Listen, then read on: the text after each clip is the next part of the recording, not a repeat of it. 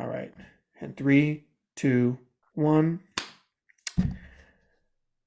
I will remember you.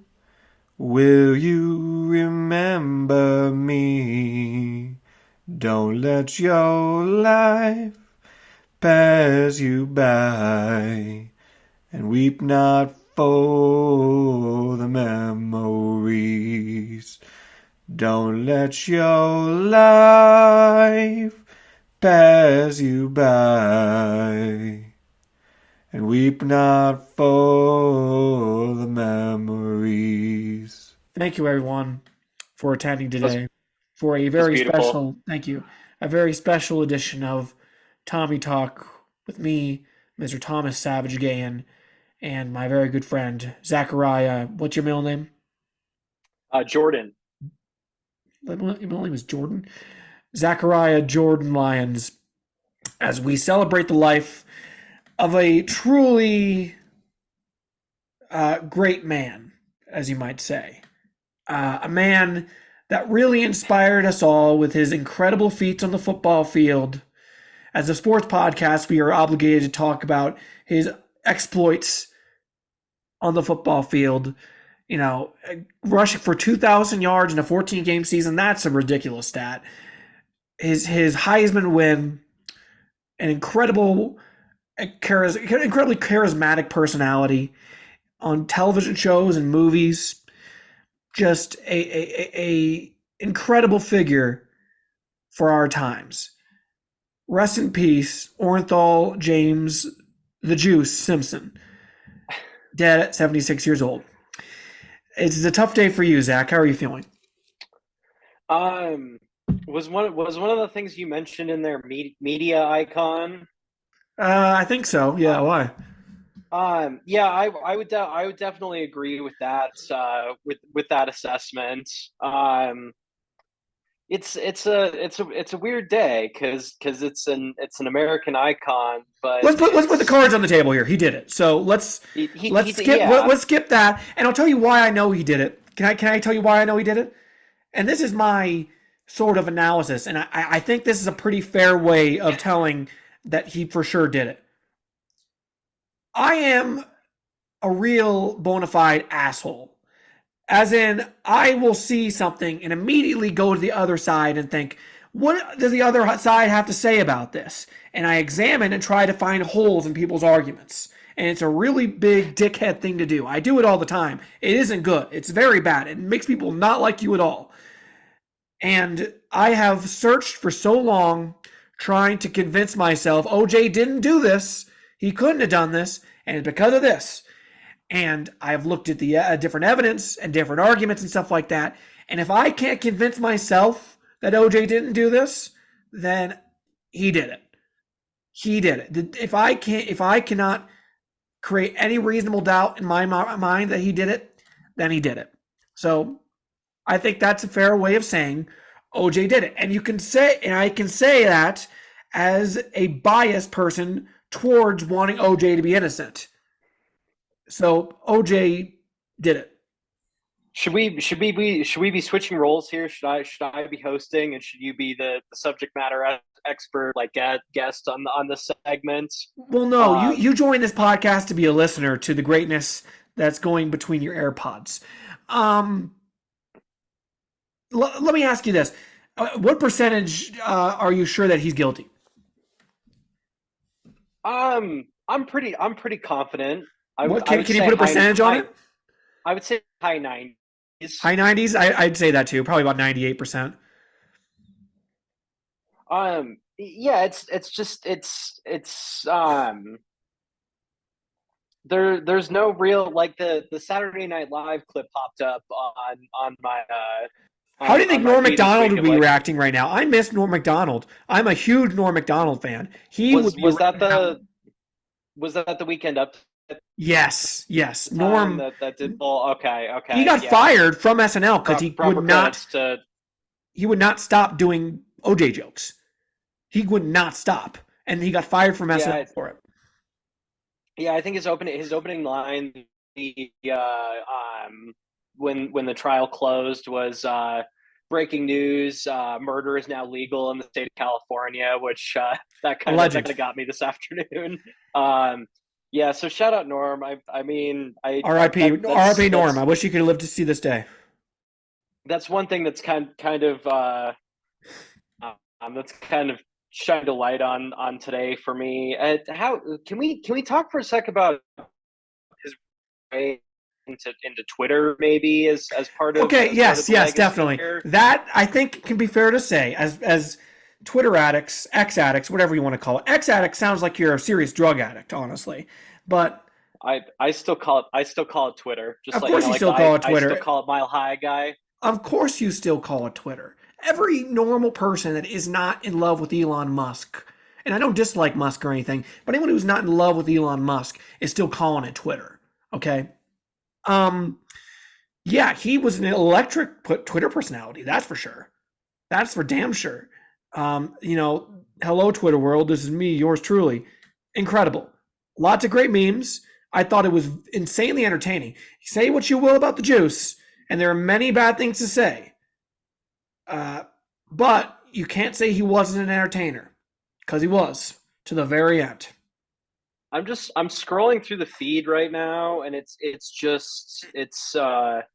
the man never just fired off a tweet and left it there. Like it's all Videos. um yeah, it's all he's just firing from the hip on whatever the news of the world is that day. And honestly, I can kind of respect that. I do. He just completely. I think he rarely ever mentioned the trial. He just completely just blocked that out and just gave his take on everything. And funny enough, I don't think he even understood how Twitter worked. I think someone just took a video of him and then posted on Twitter, and he didn't even interact with Twitter at all. I think someone just put him out there.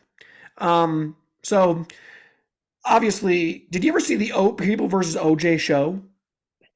I saw a It little was bit of great. it. That was great. Um, That's recommended viewing for everyone out there. So yeah, R.I.P. OJ. But more R.I.P. more his wife and Ron Goldman. Can we say that?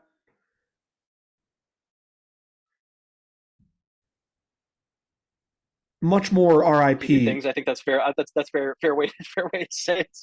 Yeah, Um, the yeah highlight the sporting accomplishments and some of the funny stuff, but maybe not so much of the maybe not so much of what happened in the courtrooms. yeah. Well, maybe highlighted just to say he wasn't a good person, but yeah.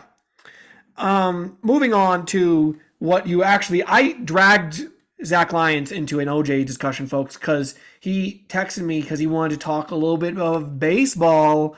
Baseball is in full swing, but you wouldn't know it because baseball is terribly advertised. No one knows anything that's going on in baseball. They couldn't name the top players in baseball. Most people on the street, the same way they could name Patrick Mahomes and Joe Burrow. Um, Crazy times in baseball right now. Let's start with obviously the number one story in baseball. We've covered it on Tommy Talk before. Shohei Ohtani. So apparently his interpreter stole $14 million from him in this gambling scandal. I know that you're calling it fishy. I think probably was a gradual thing. He gradually stole the money. That's why, it was a little bit less, noticeable at first. So I buy that, and that's why he got so much leverage from the bookie.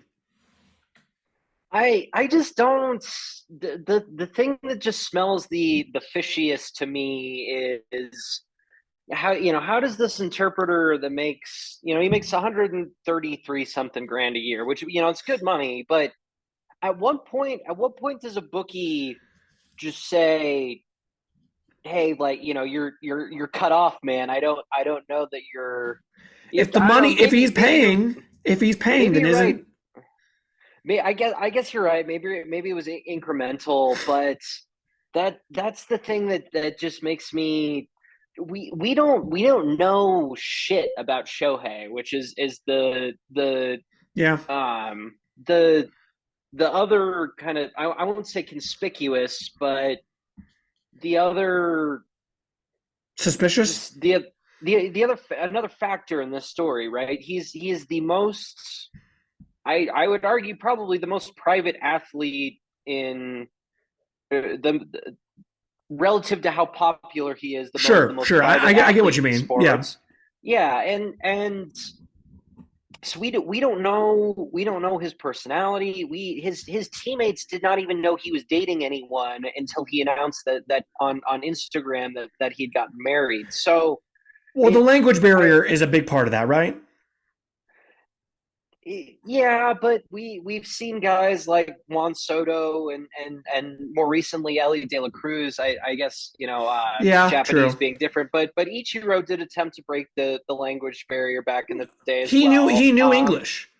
Yeah, he knew, and he learned Spanish to shit talk the That all the rocks. Dominican guys coming Ichiro into the ruled league at the so time too, hard. which is even better. I loved Ichiro. Um, but that's another factor here is we just don't know. We don't really know. Not to say that we truly know who any of these guys are, but we really don't know who Shohei is because of just the um just how he keeps every detail of his life wrapped up like Fort Knox. And we never knew what OJ was until we knew. So, And food for thought right there. Yeah, I mean so Ohtani, I don't think he gambled. Probably not. Although I wouldn't be surprised if there was like something. He probably had to know something. He probably had to know something was going on, and he kind of has a perfect cover because again, he doesn't know English, so there is a language barrier there. It can be a little bit less, you know, he can be just a little bit more private and kind of keep things on the DL because he can just convey it to his interpreter. So I don't know, but crazy scandal overall. I'm guessing baseball is just going to push it under the rug overall. Next up, let's talk about Fanatics. So I know you're pissed off about this. A lot of the world is pissed off about this. Fanatics is, first of all, let's put our cards on the table. Fanatics is a terrible company, bad company, uh, prolific producer of uniforms, terrible designer. I think that's fair to say. They don't put any money or resources in designing these products or, quality control. And that's been showing in baseball. I mean, I literally look at the Rockies uniforms. It's different colors of purple between the jersey and the it's hats.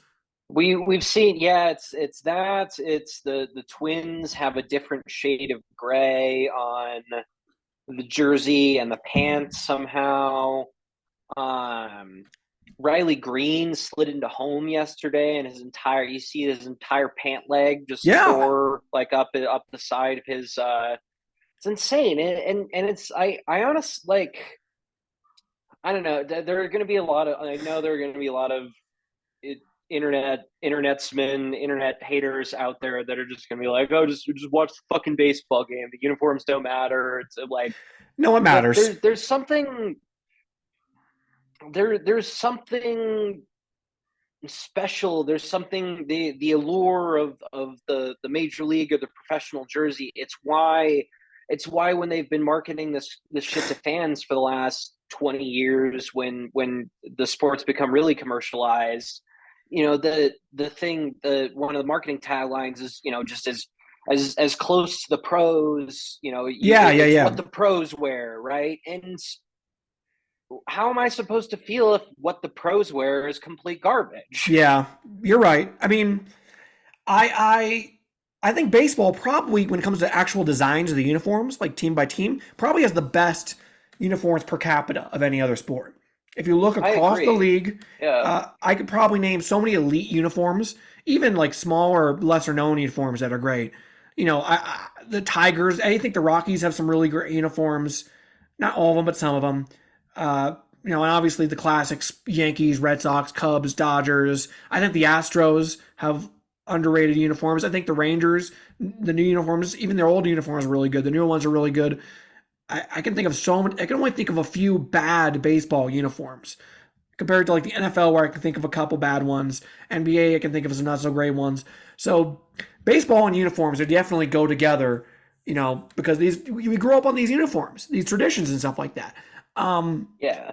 and I mean, Fanatics is an easy target because they've been a bad company for a long time. They pretty clearly uh, have bad quality control when it comes to these products. It was already bad enough with fan products, and now you're seeing it come together with the stuff they're giving to the pros. Did you hear that the Brewers couldn't wear their, like, I think it was their Friday night uniforms because they had not been delivered yet by Oh yeah, Fanatics? that's the next thing I was going to jump in with. They're not the only ones. They're because that's the thing in baseball is like you play every day. So there's been the Rockies used to have their Purple Monday. I think the Brewers wear their '80s throwbacks on Saturday or Sunday. The Cardinals wear powder blue on the weekends now. The Giants last year, the Giants started wearing the hell out of their City Connect uniforms, which is actually one of the ones that isn't like a complete abomination. Let's talk about the Philly Um, one. Did you see the Philly one that oh yeah, dropped? it's Terrible. horrific. Oh Yeah, my God. it's How can you? This is, I've said this before. I cannot understand how companies and designers and stuff like that can't just say, hey, have a couple people come into a room without the original creators in there and give real feedback and say, hey, how's this look? And they'll say, that doesn't look good. Like you can, if you just have a simple group to look at it and critique it and not have groupthink. You can tell when groupthink is at play. There's so many great directions you could go with a Philly City Connect uniform. I mean, the Liberty Bell, freedom. yeah. Or America began in Philadelphia.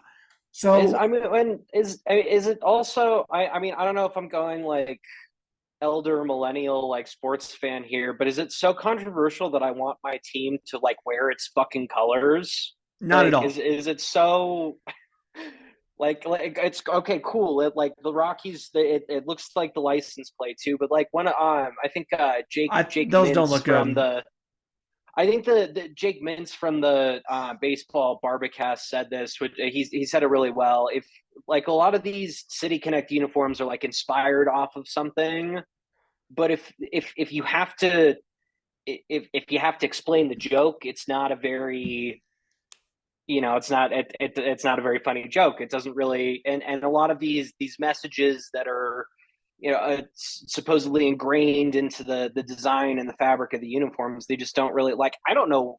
I'm sure there's some inspired reason why Philly is wearing like blue and like bright green or whatever the hell those are. But like I don't I look at it and I don't get it immediately. And I'm like, I'm not understanding that story in the middle of a baseball game. It's dumb. This whole uniforms in baseball have just been part of the little cracks in the foundation that seem to be forming around baseball. Just little things that add up to big things. Because baseball can look at all these small things they do wrong and kind of just brush them off. But these small things add up and they just become just a weight on baseball fans to try to carry the It's sport. it's death by a million paper cuts. Exactly.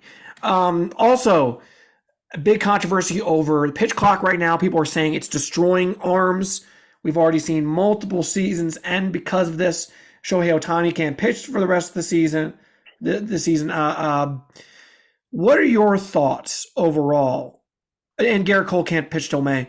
What are your thoughts overall with this? I said the other day, I think that there's some overreaction to this. I think arms need time to get used to the pitch clock. I think maybe you make it a little bit longer. You add 10 or 15 seconds, but then you progressively bring it down over the seasons. But what are your thoughts?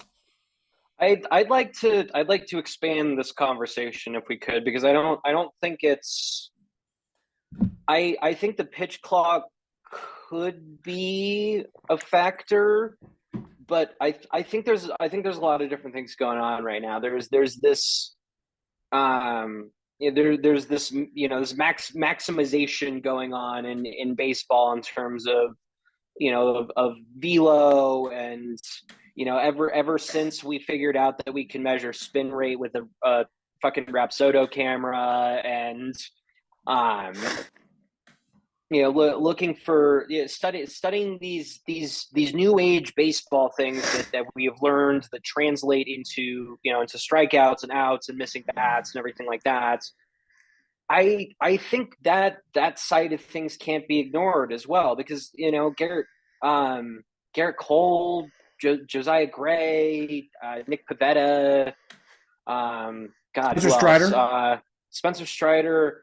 Every single one of these guys goes to driveline or a driveline equivalent, and they're throwing all winter, and they're in the lab. They're working on they're working on these new unicorn pitches like like Johan Duran and his splinker, his fucking 100-mile-an-hour breaking pitch or off speed pitch, and So, it's so is cool. your It's point? Is your it's point that these pitchers are going a little too far in these training? Like you think that the arms have not caught up to the advancements in pitching technology? I just think I think the training methods are just I think we've gone beyond the limits of the human body with the training methods in a way because but I don't know what the answer is. Are we like it's if you showed someone from 1995 a 2024 baseball game, they'd just be like, holy shit, this guy's sitting 98 and it's just normal. Change the baseballs? Like make them harder to throw Yeah, or yeah. um I don't know because it's Lower the like mound? one maybe it I think you have to I think you have to change the incentive structure somehow, and I don't know how you do that, but every guy is incentivized to spend all winter throwing and working on, a new pitch, a new strikeout pitch, new something like that, I got an idea. to get a big contract. But I don't know how you change the incentive structure because like Spencer Strider got paid, like he tore his UCL, but he got paid. Sorry, go ahead. We do a summer league in Vegas. They get put up in hotels in Vegas. They get to gamble and do all that fun stuff over the not summer, the winter league in Vegas, whatever. And they uh they are spending too much time gambling and drinking and gallivanting to be in the lab constantly nerding out on their pitching. Maybe we need to get rid of these nerd pitchers. We need alpha pitchers again. We need alpha dogs. We need the John Lackeys. We need the John Lesters. We Babe need Ruth did it on hot dogs and beer. precisely. Also, I do want to deviate for 1 second. The new narrative now in baseball is that if Babe Ruth came back today, he would suck. Um, and yes, if you just transported him back in time, gave him no extra training and stuff like that, and just put him against a major league pitcher, absolutely, he would get crushed. I'm not doubting that. But if you took him and gave him the same type of training you have now, the same type of diet regimens, the same amount of media attention that keeps you away from doing really dumb shit, I think Babe Ruth would still be one of the greatest baseball players of all time. Thoughts?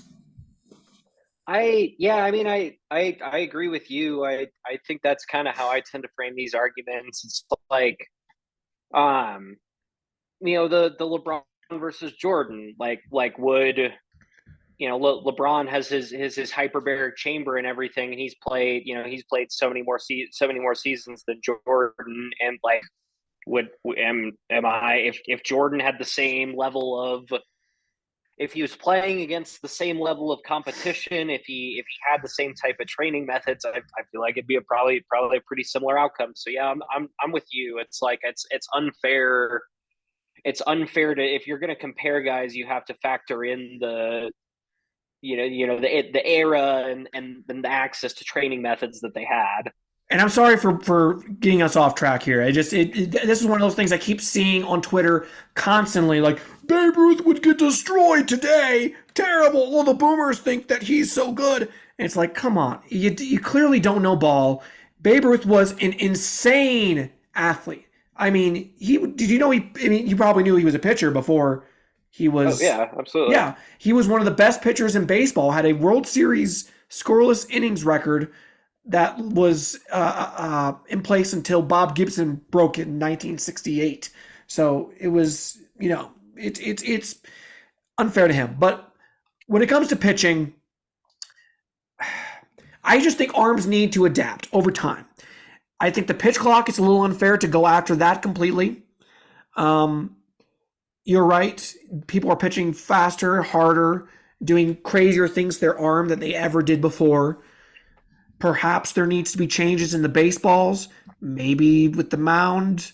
I don't know. Baseball has always been very good with tweaking its rules over time, tweaking the rules to help change, to help with developments in the game to kind of, to make things better or worse. At different times, they've lowered and raised the mound, stuff like that.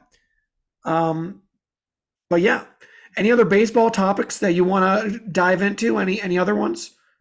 Can I throw Rob Manfred under the rug for a second Please, on under the bus on? any Rob Manfred slander is welcome on Tommy Talk, because this is the number one anti Rob Manfred podcast. Terrible commissioner. Everyone bitched and moaned about Bud Selig, and people are probably begging for Bud to come back compared to what the garbage that we've seen under Manfred. Go ahead. I think one reason we are where we are with pitching is actually because of the baseballs and the home run boom, because it stopped. There's so many less guys. Like Logan Webb is the only guy I can think of off the top of my head right now that is trying to, like, he's trying for the Maddox approach. He's trying to be economical. He's trying to throw 7 innings, 80 pitches. He's not trying to strike a ton of guys out, but he's trying to just throw you garbage pitches that you're just going to hit directly into the dirt and not do anything with. But this new the changes to the baseball and Zoom just give me a little like icon there. Sorry, that was distracting. That was very strange. Continue. The changes to the baseball in 17, 18, 19, the inconsistencies with that, the home run boom. What did that incentivize pitchers to do? That incentivizes them to go and miss bats. That drives them into the drive line approach that I was talking about earlier. So all of this just fucking with the structure and just fabric and stuff that just worked in baseball for 100 years and now suddenly is just not a given anymore. I think that's kind of why at least one reason why we are where we are in terms of the arms and the state of the game in general. Rant over. Thank you for that beautiful rant. I appreciate that a whole heck of a lot. What were your thoughts about March Madness, about the title game, about Caitlin Clark? Caitlin Clark is the female Steph Curry. She might even be a better shooter than him when it's all said and done. May. She's 22. We can't like. I think she is amazing. She's an incredible 3-point shooter. People said, oh, she can make it in the NBA. I think that's a little bit of a stretch, just because you see her go to the inside and she could not measure up to NBA competition on the inside. Now, obviously, from the outside, that's different. She can obviously hit, as a 3-point specialist, absolutely. She could probably, be of use to an NBA team. But, I don't think she'd be someone that you could have out there just, eating up minutes constantly in an NBA lineup. You're going to be kind of weak defensively having her out on the court. Let me frame it this way. Like I think she could give some NBA guys some buckets in a Drew League setting or something like that. But yeah, you're right. Like it's not a practical argument in reality, but I see why some people are making that claim. I'm not hating on her either. I'm not trying to say that she's. No, I know. Yeah. And I do think that I don't think she's would be horrendous or that she couldn't do anything in the NBA at all. But I just don't. I just think I see some flaws in the argument. Someone said that she'd be an all-star in the NBA, and it's like no, she just wouldn't. Man, TG. Yeah. But I thought that UConn dominated too much. I think it was bad. It's bad for basketball having UConn be so good. Bad for college basketball. Yeah. I honestly kind of enjoyed a more chalky tournament here, if I'm being honest. They didn't lose a single game by less than 15 points. I mean, it was insanity. I I do enjoy. I mean, but it's college basketball. We haven't had a we haven't had a repeat champion since '07. I almost appreciate it more because of the parity and the six straight games, single elimination, doing that 2 years in a row and just dominating. There's It's something. impressive. I It's think there's insanely really something impressive. to be said for that. Danny But I Hurley is a like great coach. I just enjoy it, like looking even back to like the Sweet 16. All four one seeds survived the first weekend for the first time in 5 6 years, I think. That I enjoyed stuff like the Loyola run and the Not enough but upsets last this year. last year was we didn't have a single.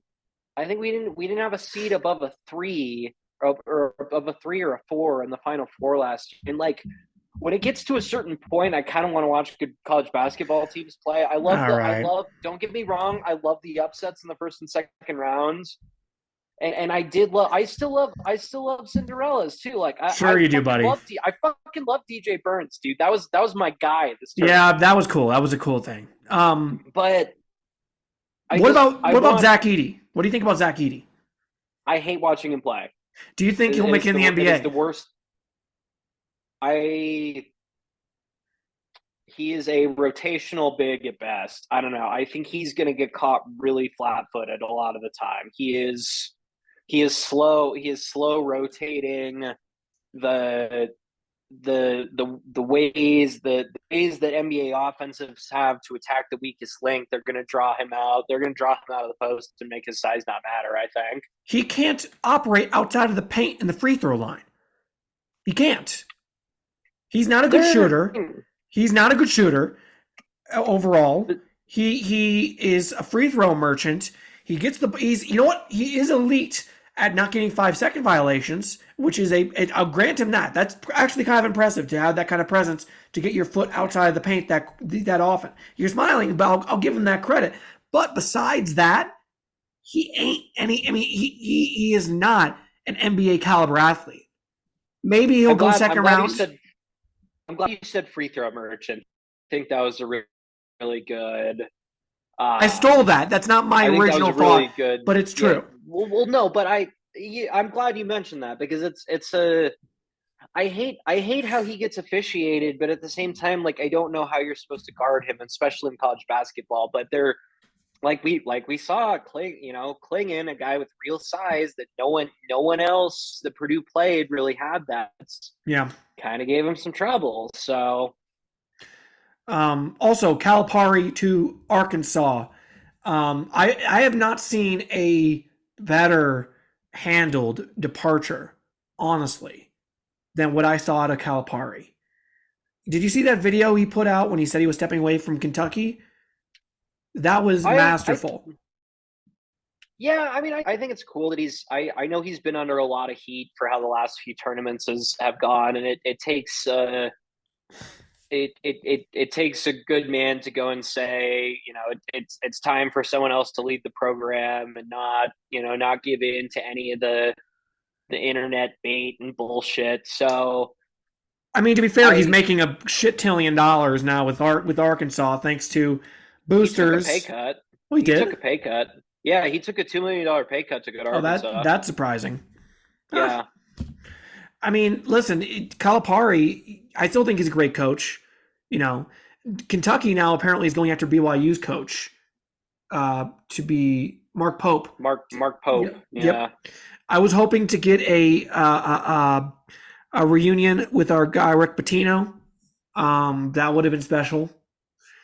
But sadly, I was hoping enough coaches would circle around. And if I were Billy Donovan, honestly, I would have taken that job. The Bulls are such a joke, just a classic joke of a franchise. If I were Billy Donovan, I'd say, you know what, get me the fuck out of here. I can't deal with this nonsense anymore.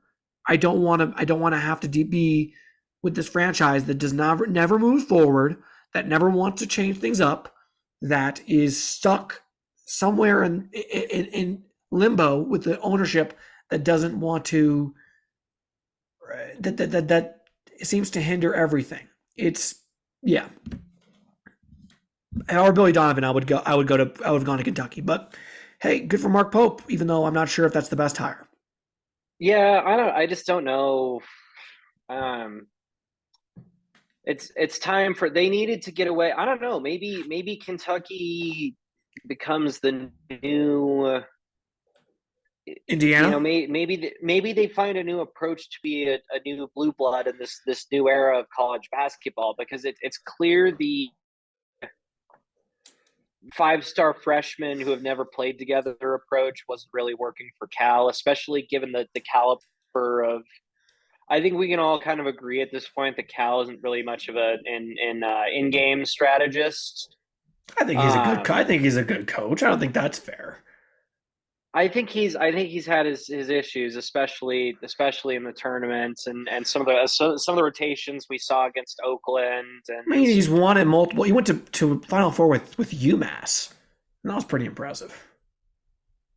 yeah, I just I agree with you. I'm just kind of trying to frame it from what the fan base is thinking from a No, no, that's Kentucky fair. basketball. Those fans are thinking, what have you done for me lately? And it's honestly it's not much. So I don't know. I think it's a good thing for all parties involved. Maybe Cal freshens up his approach going to Arkansas, dives more into the portal, tries to utilize, Kellen Sampson, Scott Drew at Baylor. Those guys have had a ton of success in the last few years, grabbing guys out of the portal, grabbing experienced junior and senior guards to lead the team out of the portal. So maybe he takes a page out of those guys' books. I don't know. All right, we've run out of time, very sadly. Thank you all for watching and or listening. I'm Tom again. That is Zach Lyons. Wave goodbye, Zachary. Wave goodbye. Bye to the crowd, bye to the fans. Bye to the crowds. Bye to the fans. Love you all. This has been. Say it, Zach. This has been. It's not ice cold sports anymore. This It's is my been first Tommy time on Talk. Tommy This Talk. is Tommy Talk. You can say This this is my has been well, I Tommy Talk. You can do that. Tommy Talk. I'm sorry, this is my first time. I'm new to this. I'm new to this. You new to this? That's your excuse? I this is my I owe it to Disgusting. you. This is it's been too long since you and I have been on the horn together. But yeah, this Disgusting. is my first Goodbye.